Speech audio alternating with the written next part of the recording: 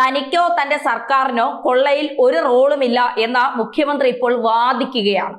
മലയാളികൾ പൊതുവെ വിഗ്രഹം ആരാധിക്കുന്നവർ ആയതുകൊണ്ട് ഇതെല്ലാം വിശ്വസിച്ചേക്കാം. പിണറായിക്ക് കൈയടിച്ചേക്കാം. തിരുവിതാംകൂർ ദേവസ്വം ബോർഡ് പ്രസിഡന്റ് സ്ഥാനം ദൈവനിയോഗമെന്നാണ് നിയുക്ത പ്രസിഡന്റ് കെ ജയകുമാർ പറഞ്ഞത്. ബോർഡ് പ്രവർത്തനം പ്രൊഫഷണൽ ആക്കാൻ ശ്രമിക്കും. പ്രതിസന്ധി അവസരമാണ് എന്ന് വിചാരിക്കുന്ന ആളാണ് ഞാൻ.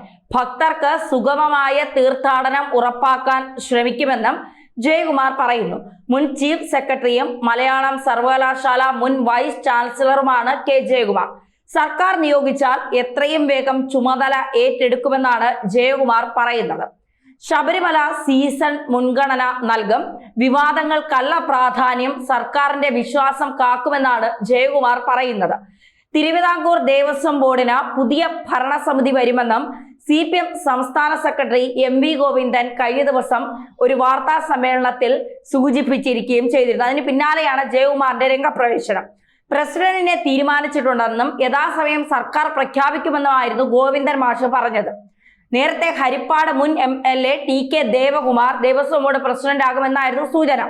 ശബരിമലയുമായി ബന്ധപ്പെട്ട് ഇപ്പോൾ ഉണ്ടായ വിവാദങ്ങൾ ഫലപ്രദമായി കൈകാര്യം ചെയ്യാൻ ശബരിമല ഉന്നതാധികാര സമിതി മുൻ അധ്യക്ഷൻ കൂടിയായ ജയകുമാറിന് കഴിയുമെന്നതിനാലാണ് അദ്ദേഹത്തിലേക്ക് പുതിയ ചുമതല എത്തുന്നത് എന്നുള്ള ചില വാദങ്ങൾ ഉണ്ടായിരുന്നു.